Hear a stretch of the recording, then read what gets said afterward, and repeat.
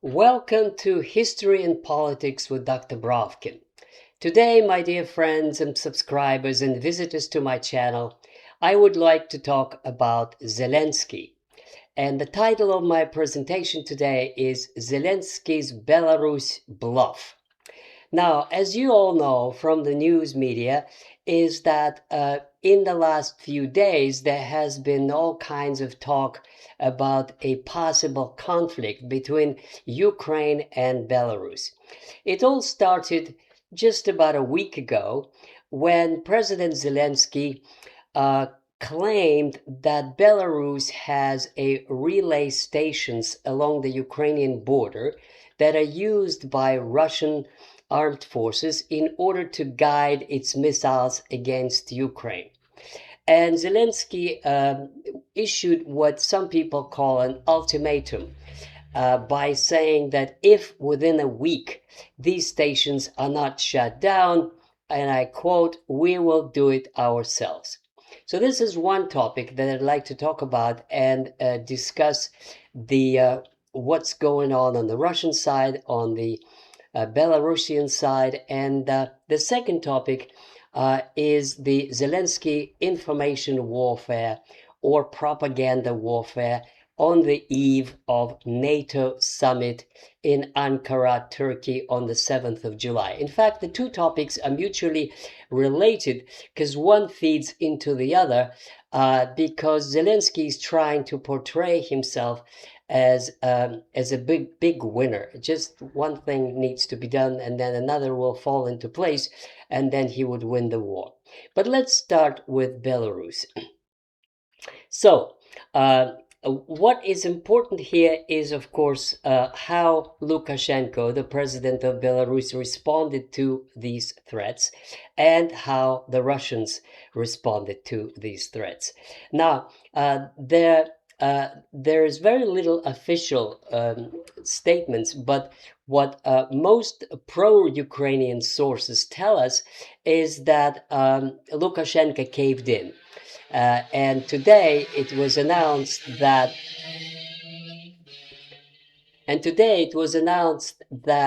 supposedly Zelensky claims that the stations have been turned off.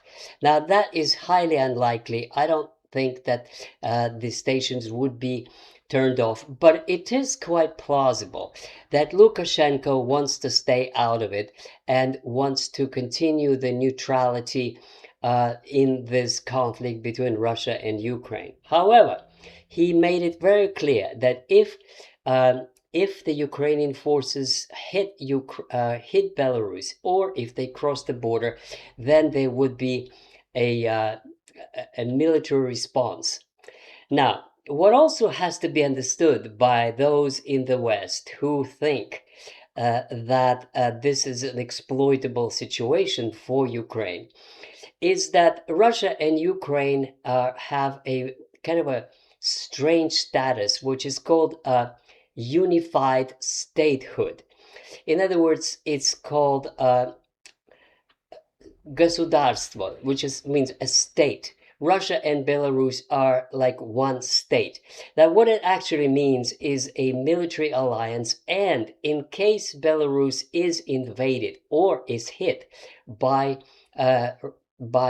Ukrainian forces, Russia may automatically get involved regardless actually of what Lukashenko does, because this is in the treaty. If one side is attacked, the other has to come to its aid. Now, what it also means that if this were to happen, if Ukraine did such a foolish thing as invade or hit a target inside Belarus, this would completely change the whole geopolitical situation. So let me explain why. The first thing would happen is that I call it that it would be the best present that Zelensky could give to Putin. Because in that case, Russian troops could enter Belarus and they would have a good enough excuse. And in that case, they could go along the Belarusian border with Ukraine. And in some parts of that border, there's only 40 kilometers to Lvov.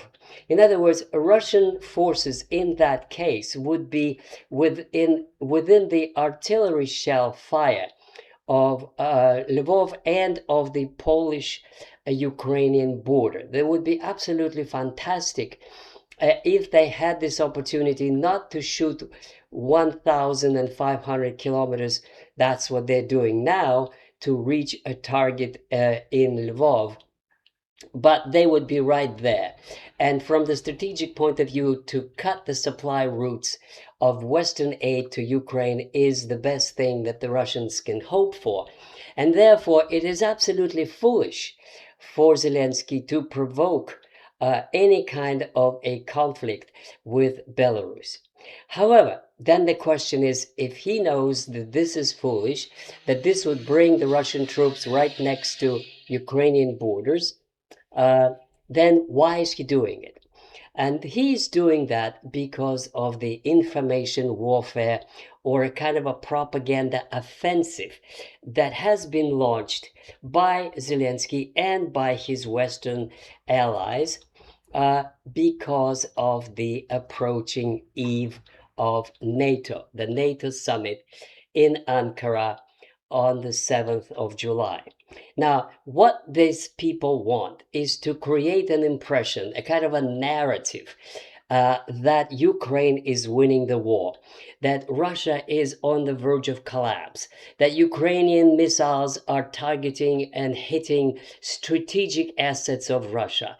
And then the same thing was invented to be launched about Belarus, that one kick and the Belarusian regime would collapse. And all you have to do is just start and launch and hit, and then they would collapse. It sounds very familiar, deja vu. It seems to me that this is the same script by the same people who have invented the fable that as soon as Americans and Israelis hit Iran, it would crumble and there would be a revolution and there'd be a regime change. And then the victorious American army would ride into Tehran, treated as liberators, and all that nonsense that had been proven wrong. Well, that's the same kind of thing. Wet dreams of Mr. Zelensky is that they will cross the Belarusian border and the Belarusians are going to rise against the dictatorship of Lukashenko. And then they would ride into Minsk and the regime would fail, and the Russians would come to their aid and they will fail, and then there'll be protests in Russia, and then the Russian regime will collapse, and then Zelensky is going to be the greatest winner of all times, celebrated in Berlin as the conqueror of Moscow. Now, all that is, of course, wet dreams and total nonsense. Why? And this is what I am trying to explain to you now. This is called socialist realism. Stalin created this kind of form of art, which is you imagine reality the way you want it, and then you proclaim that the reality is that. This is called socialist realism. You just basically say everything is wonderful and getting better all the time. That's socialist realism. Now, I can't resist saying that this is something practiced quite often. And recently it was President Trump who engaged in socialist realism. He just declared, from this day on, the age of prosperity begins. This is, you create an imaginary reality and then you convince the people that that is the way it is. Now, I checked the Associated Press, and it seems like 72% of Americans disapprove of the way President Trump handles economy. In other words, his dream, his socialist realism, that the age of prosperity has begun, is not proven by facts and by the popular attitudes in the United States. So the same thing here. It is simply wishful thinking. That Ukrainian missiles are hitting and destroying Russian strategic targets, that Putin's regime is going to collapse, that Russian economy is on the brink. All this nonsense they keep repeating from 2023. Now, what I was particularly worried about, or concern was that even serious scholars and reporters repeat this thing and they believe in it. Yesterday there was a show, a Judge Napolitano, who interviewed Gilbert Doctorow, a specialist on Russian affairs, who basically claimed that 10,000 operators of drones can stop 500,000 Russian army. These are exact words. Now, this is the same Doctorow who, let me remind you, in December 2025 said that by January 2026, Putin may be overthrown by all these people who disapprove of the way he conducts the war. Well, at least that prediction turned out to be false. We are in July 2026, and there seems like there's nobody has risen to overthrow President Putin so far. So, why is he wrong about this assertion? Let me first talk about the missiles and then the drones. Now, the pride of the Ukrainian propaganda in the last few days was that they successfully hit a strategic plant in Voronezh, which produces chips and all kinds of electronics for Russian missiles, Iskander missiles. So this was presented in the West as a big, big success. Oh, Ukraine is destroying Russian strategic assets. I checked on this, and let me give you the data. So the Voronezh factory was hit by the Ukrainians launched 6 Storm Shadows missiles. Now, of those, 5 were intercepted and destroyed. The 6th one was damaged, but its debris fell on the roof of the building, and it hit through the roof in one place in one building, and that caused the death of one woman. That's it. There was no other damage to this strategic hit. But look at the cost. The cost of one Storm Shadow is $2.5 million. So 5 of them would make it 12, more than $12 million. That means that how many can they use? Well, I checked on that, and the British and the French together combined produce 50 or 60 Storm Shadows per year. So that means that when they use 5, that's 10% of the yearly production on one hit that didn't materialize. Now, I also checked how many do the Russians produce. And the Russians produce, according to Ukrainian intelligence, 60 Kinzhal and Iskander hypersonic missiles per month. And that's just Kinzhal and Iskander. I'm not even talking about all kinds of other missiles that they produce. In other words, the Russians produce, by just a fraction of their missiles, 10 times more than do the French and the British combined in a year, a month versus a year. So that shows you that all this talk about hitting Russian strategic targets is just about close to nonsense. However, the drones are a problem, and they do recognize it. One has to say, though, that the drones' capacity of destruction is very limited. One thing that was announced today is that the Moscow oil refinery that was hit will be repaired within a week or two. So their damage capacity is very low, but the Ukrainians are launching a lot of them. Yesterday, according to Russian forces, 700 Ukrainian forces drones were intercepted. So I listened to a program discussing by Russian engineers and military personnel what they are doing to stop or how to fight Ukrainian drones. First of all, they're producing, the target of production is set to be 15,000 per day.